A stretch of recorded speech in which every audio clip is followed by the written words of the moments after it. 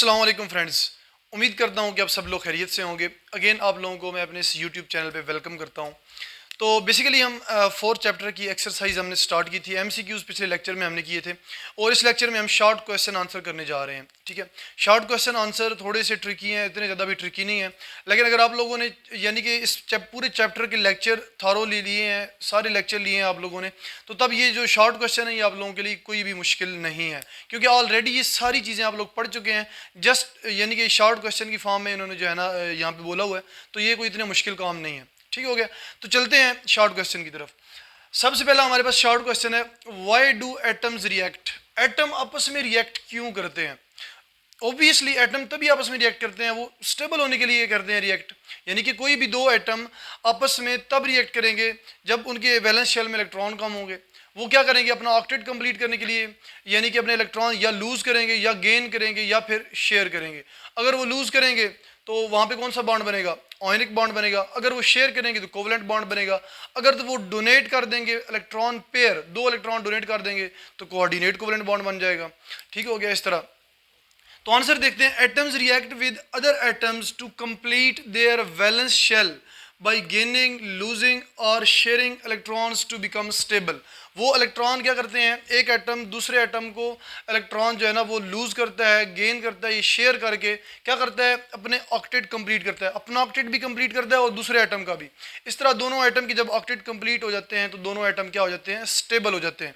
तो atom stability gain करने के लिए बेसिकली आपस में क्या करते हैं, रिएक्शन करते हैं।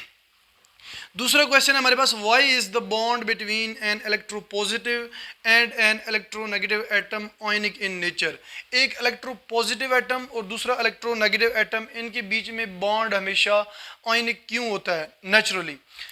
तो आंसर क्या है, because an electropositive atom gives electrons to electronegative atom. Electropositive atom gives electron to electronegative atom and this complete transfer of electrons creates an ionic bond.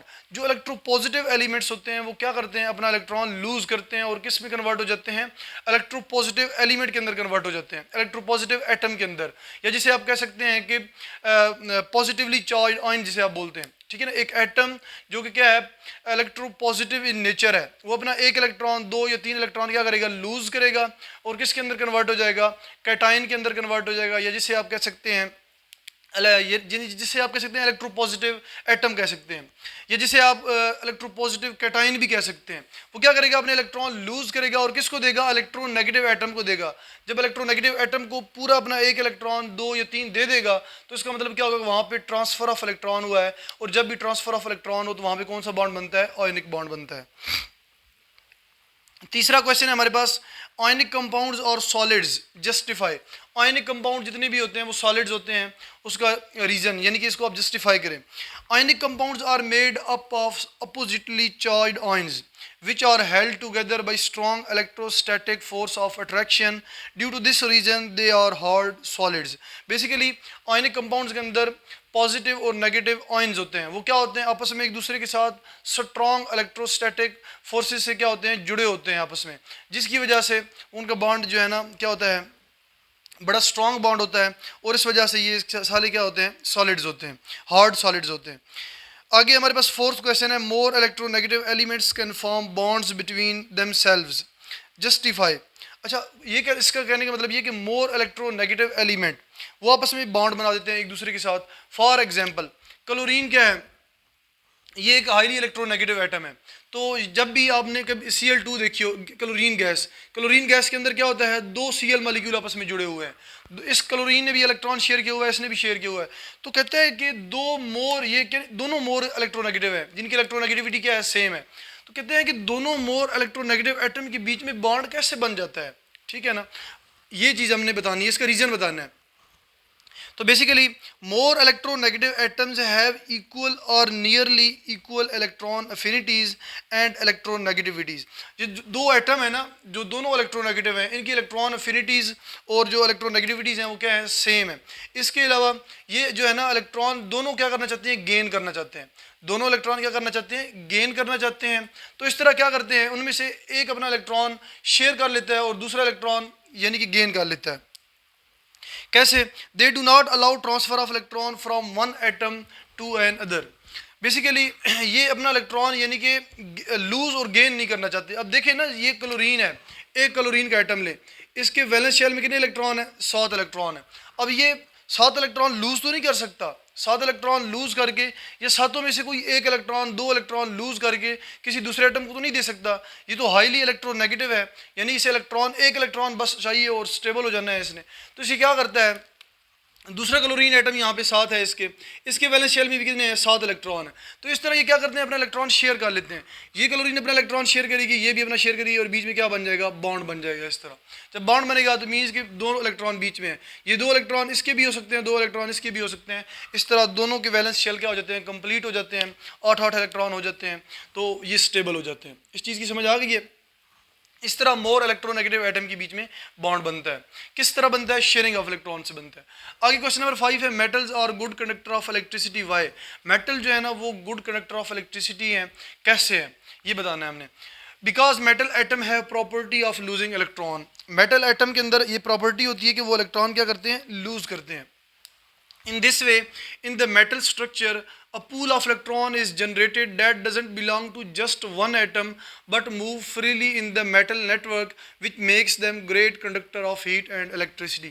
होता ये है कि मेटल स्ट्रक्चर के अंदर यानी कि सारे एटम जितने भी होते हैं मेटल के भी होते हैं, सारे एटम मेटल के होते हैं, वो सारे मेटल के एटम अपना इलेक्ट्रॉन लूज कर रहे होते हैं। यानी कि कुछ मेटल ऐसे हैं जो एक एक इलेक्ट्रॉन, मेटल के एटम एक एक इलेक्ट्रॉन लूज करते हैं, कुछ मेटल के एटम 2 इलेक्ट्रॉन लूज करते हैं। मीन्स कि ये डिफरेंट काइंड्स ऑफ मेटल पे डिपेंड करता है। फर्ज करें आपके पास एक मेटल स्ट्रक्चर है, उसके अंदर जो है ना सारे एटम इलेक्ट्रॉन लूज कर रहे हैं, तो ऑब्वियसली सारे एटम इलेक्ट्रॉन लूज करेंगे क्योंकि उनके अंदर टेंडेंसी है इलेक्ट्रॉन लूज करने की, गेन करने की टेंडेंसी है ही नहीं। मीन्स कि एक एटम लूज करे और दूसरा गेन कर ले, ऐसा तो कोई सीन है नहीं। तो सारे एटम इलेक्ट्रॉन क्या करेंगे? लूज करेंगे। जब सारे एटम इलेक्ट्रॉन लूज करेंगे तो क्या होगा? वहाँ पे पूल ऑफ इलेक्ट्रॉन बनेगा। पूल ऑफ इलेक्ट्रॉन मीन्स के अब कह लेंगे एक इलेक्ट्रॉन्स का तालाब बनेगा जिसके अंदर इलेक्ट्रॉन फ्रीली मूव कर रहे होंगे। वो इलेक्ट्रॉन फ्रीली जब मूव करते हैं तो इस तरह जो है ना, जब आप एक यानी कि इलेक्ट्रिसिटी की वायर कनेक्ट करते हैं मेटल के साथ, तो जो वायर में इलेक्ट्रॉन्स आ रहे होते हैं, वो जो मेटल के अंदर फ्री इलेक्ट्रॉन मूव कर रहे होते हैं, उनको क्या करते हैं? मूव करते हैं। वो इलेक्ट्रॉन जब मूव होते हैं ऑटोमेटिकली तो क्या होता है कि करंट पास होता है। इस तरह जो है ना ये जो मेटल्स हैं ये good conductor of heat and electricity होते हैं। समझ आ गई ना इस चीज़ की? इस तरह हीट भी इसी तरह जो है ना पास आउट होती है और इलेक्ट्रिसिटी भी इस तरह जो है ना मेटल के अंदर से पास आउट होती है। आगे क्वेश्चन नंबर 6 है, ionic compounds conduct electricity in solution और मोल्टन फॉर्म वाई। जो आयनिक कंपाउंड्स होते हैं वो इलेक्ट्रिसिटी कंडक्ट करते हैं जब वो उनका सोल्यूशन फॉर्म में हो और या जब फिर वो मोल्टन फॉर्म में हो।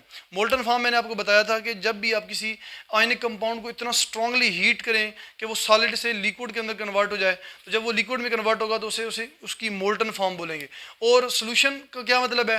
जब भी आप आयनिक कंपाउंड को पानी के अंदर सॉल्युबल करेंगे, लाइक नमक है, ये सोडियम क्लोराइड है, जब आप इसको पानी के अंदर सॉल्युबल करेंगे तो क्या ये सोडियम क्लोराइड का सोल्यूशन होगा, सोडियम क्लोराइड की मोल्टन फॉर्म नहीं होगी। अगर हम सोडियम क्लोराइड को इतना स्ट्रांगली हीट करें कि वो लिक्विड के अंदर कन्वर्ट हो जाए तो फिर वो मोल्टन फॉर्म होगी। अच्छा, कहते हैं कि मोल्टन फॉर्म में और सोल्यूशन फॉर्म में ये आयनिक कंपाउंड इलेक्ट्रिसिटी कंडक्ट करते हैं, इलेक्ट्रिसिटी पास करते हैं। तो क्यों करते हैं? Ionic compounds can conduct electricity in solution और in molten form due to formation of ions, cations and anions. When these free ions move from place to place, then flow of ions occur. In this way, ionic compounds conduct electricity. जैसे ही आप इनको यानी कि या आप इसकी molten form बनाएंगे, liquid form बनाएंगे, या जब आप इसको पानी के अंदर सॉल्युबल करेंगे आयनिक कंपाउंड्स को, तो वहाँ पे इनके आयंस बन जाते हैं, फुल पॉजिटिव और फुल नेगेटिव आयंस। दोनों आयंस क्या हो जाते हैं? पहले तो वो स्ट्रांगली जुड़े होते हैं एक दूसरे के साथ सॉलिड स्ट्रक्चर के अंदर।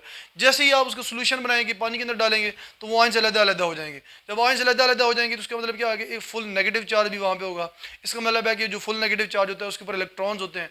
तो जैसे ही आप इलेक्ट्रिसिटी की वायर कनेक्ट करेंगे तो वो जो नेगेटिव चार्जेस होते हैं वो क्या करने लग जाते हैं? मूव करने लग जाते हैं पानी के अंदर से। इस तरह जो है ना वो क्या हो जाते हैं? Ionic compound good conductor of electricity बन जाते हैं। अब ionic compounds cannot conduct electricity in solid state because positively and negatively ions held together by strong electrostatic forces। जबकि ionic compound solid form में होंगे, आप अगर इलेक्ट्रिसिटी की वायर कनेक्ट करते हैं, एक नमक का पत्थर ले लें, उसमें इलेक्ट्रिसिटी की वायर कनेक्ट करते हैं, कनेक्ट करते हैं, तो वहाँ से करंट पास नहीं होगा। उसका रीज़न ये है कि बेसिकली वहाँ पे पॉजिटिव और नेगेटिव चार्जेस जो होते हैं वो क्या होते हैं? स्ट्रांगली हेल्ड होते हैं।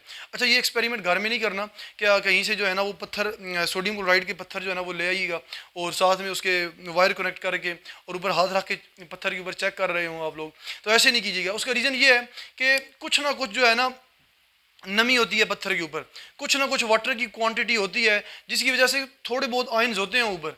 जैसे ही आप कनेक्ट करेंगे वायर तो वो आयंस मूव करने लग जाएंगे। तो इस तरह आपकी बॉडी से इलेक्ट्रिसिटी पास होगी, तो फिर वो जो है ना, यानी कि आप फिर सोचेंगे कि सर ने तो हमें ये बोला कि पत्थर में से करंट नहीं गुजरेगा, तो बिल्कुल नहीं गुजरता। लेकिन वो उस सिचुएशन में जब वहाँ पे वाटर की क्वान्टिटी या नमी जो है ना वो बिल्कुल ज़ीरो हो, वहाँ पर हो ही ना, जस्ट क्या बिल्कुल खुश्क पत्थर हो, ठीक है ना, नमक का। तब हालांकि नमक का खुश्क पत्थर होता नहीं है, उसके ऊपर कुछ ना कुछ नमी होती ही होती है। ठीक हो गया। तो ये हमारे 6 क्वेश्चन हो गए। आगे चलते हैं क्वेश्चन नंबर 7 की तरफ। नेक्स्ट क्वेश्चन नंबर 7 है हमारे पास, what type of covalent bond is formed in nitrogen molecule. Nitrogen molecule के अंदर किस टाइप का कोवलेंट बॉन्ड बनता है। हमने कोवलेंट बॉन्ड की 3 डिफरेंट टाइप्स पढ़ी थी, single covalent bond, double covalent bond और ट्रिपल कोवलेंट बॉन्ड। तो नाइट्रोजन मॉलिक्यूल के अंदर हमने देखना है कि जो है ना कौन सा कोवलेंट बॉन्ड है। The structure of nitrogen molecule is N triple bond N। ये नाइट्रोजन का मॉलिक्यूल है, आप इसे इस तरह भी लिख सकते हैं, और N2 ये नाइट्रोजन गैस का एक मॉलिक्यूल है।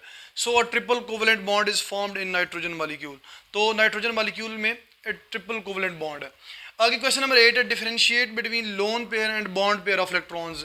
ये हम बहुत दफ़ा कर चुके हैं। अगेन मैं आप लोगों को यहाँ पे डेफिनेशन मैंने लिख दी है। तो लोन पेयर और बॉन्ड पेयर की डेफिनेशन बतानी है एक एक एग्जांपल के साथ। तो लोन पेयर क्या है, the non bonded electron pair available on an atom is called lone pair. यानी कि एक एटम के ऊपर 2 इलेक्ट्रॉन जो कि किसी बॉन्ड में हिस्सा नहीं ले रहे हों, ना ही वो एटम किसी के साथ शेयर कर रहा हो, ना ही वो, यानी कि आप कह सकते हैं कि कंप्लीटली ट्रांसफ़र हो उनका। समझ आ गई है ना, बिल्कुल 2 इलेक्ट्रॉन एक एटम के ऊपर रहें तो उसको हम क्या बोलते हैं, लोन पेयर बोलते हैं। For example in ammonia, ammonia के अंदर आप देख रहे हैं नाइट्रोजन के ऊपर क्या है, ये 2 इलेक्ट्रॉन पड़े हैं, ये 2 क्या है, as a lone pair. Nitrogen के पास कितने लोन पेयर है, एक लोन पेयर है। लोन पेयर का मतलब 2 इलेक्ट्रॉन। आगे bond pair, the shared pair of electrons between 2 bonded atom is called bond pair. Bond pair में अंदर क्या, बॉन्ड पेयर के अंदर क्या होता है कि एटम जो है ना वो अपना एक इलेक्ट्रॉन शेयर करके बॉन्ड बनाता है दूसरे एटम के साथ। इस तरह दोनों एटम अपना एक एक इलेक्ट्रॉन शेयर करते हैं और बीच में क्या बन जाता है, बॉन्ड बन जाता है। उसको क्या बोलते हैं, बॉन्ड पेयर। उस बॉन्ड के अंदर जो 2 इलेक्ट्रॉन होते हैं उसको क्या बोलते हैं, बॉन्ड पेयर बोलते हैं। बेसिकली जो बॉन्ड पेयर में जो इलेक्ट्रॉन होते हैं वो उनको बॉन्डिंग इलेक्ट्रॉन बोलते हैं। समझ आ गई है। और जो लोन पेयर की फॉर्म में होते हैं इनको नॉन बॉन्डिंग इलेक्ट्रॉन बोलते हैं। सही हो गया। तो इसकी एग्जांपल है हमारे पास in chlorine gas. Chlorine gas के आप एग्जांपल ले लें तो यहाँ पे जो है ना क्लोरीन ने अपना एक इलेक्ट्रॉन शेयर किया और एक क्लोरीन एटम ने इसने अपना इलेक्ट्रॉन शेयर किया और बीच में क्या बन गया, एक बॉन्ड बन गया। तो ये जो है ना इसे क्या बोलते हैं, बॉन्ड पेयर। ये जो हमारे पास क्या है, बॉन्ड पेयर है। अच्छा, आप क्लोरीन के जो है ना 7 इलेक्ट्रॉन शो करवा सकते हैं। ये कितने लोन पेयर हैं, 3 लोन पेयर हैं। 3 लोन पेयर इस क्लोरीन के पास हैं और 3 लोन पेयर इस क्लोरीन के पास हैं, यानी कि 6 इलेक्ट्रॉन है दोनों क्लोरीन के पास। इस तरह हमारे पास ये 8 क्वेश्चन कंप्लीट होते हैं। बाकी आप लोगों के 9 क्वेश्चन रह गए, वो इंशाल्लाह नेक्स्ट लेक्चर में करेंगे। तो इस तरह मैं अपने लेक्चर का एंड करता हूँ। अगर स्टिल किसी के माइंड में कोई क्वेश्चन हो इन चीज़ों से रिलेटेड, वो कमेंट सेक्शन में अपना क्वेश्चन करें, इंशाल्लाह उसको मैं आंसर ज़रूर करूँगा। तो इसी के साथ ही मैं अपना लेक्चर एंड करता हूँ। इंशाल्लाह मिलते हैं नेक्स्ट लेक्चर में, तभी तक अपना बहुत सारा ख्याल कीजिएगा। ओके, अल्लाह हाफिज़।